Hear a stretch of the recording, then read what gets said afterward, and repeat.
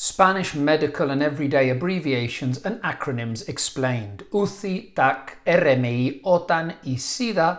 Many common Spanish abbreviation or acronyms use the same letters as their English equivalents, but in a different order, which can cause real confusion in hospitals and everyday life if you don't know what they stand for. So, some acrónimos or acronyms that you may not know.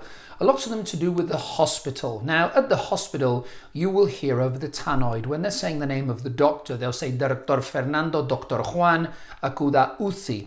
Now, Uthi in Spanish, Uthi, UCI. If you think about it, it's an acronym, same three letters in English, but in a different order, of course. So, Uthi, when they are saying that such and such doctor should go to Uthi, if you think about it, UCI, in English, same three letters, ICU, because in Spanish it's unidad de cuidados intensivos. So of course, in English it would be intensive care unit, the same, but the other way around.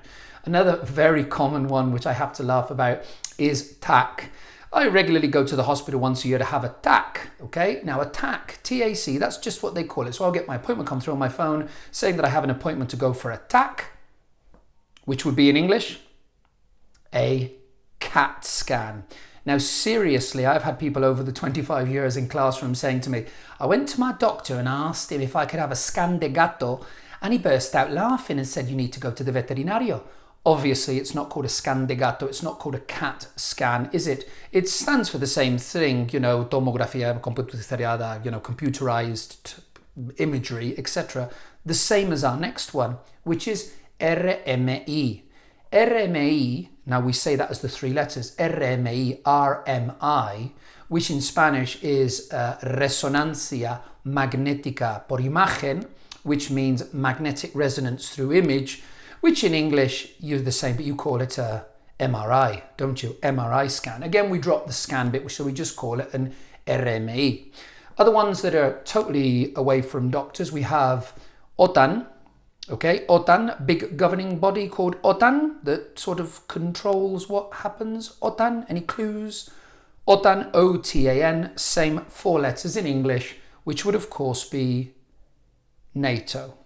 NATO in Spanish is OTAN. And one more just to show you, the last one. See if you can guess this one, totally different thing. But back onto the medical.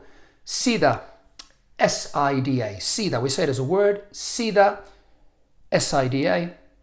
Have a think about it. Same four letters in English. I'll say it to you in Spanish what it stands for. It stands for síndrome inmunodeficiencia adquirida. Síndrome inmunodeficiencia adquirida, which backwards would be acquired immunodeficiency syndrome, okay?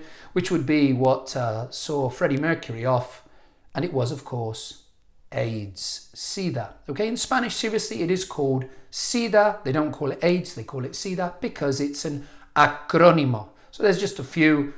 We need to remember the Uthi and the TAC, not a scan de gato, por favor.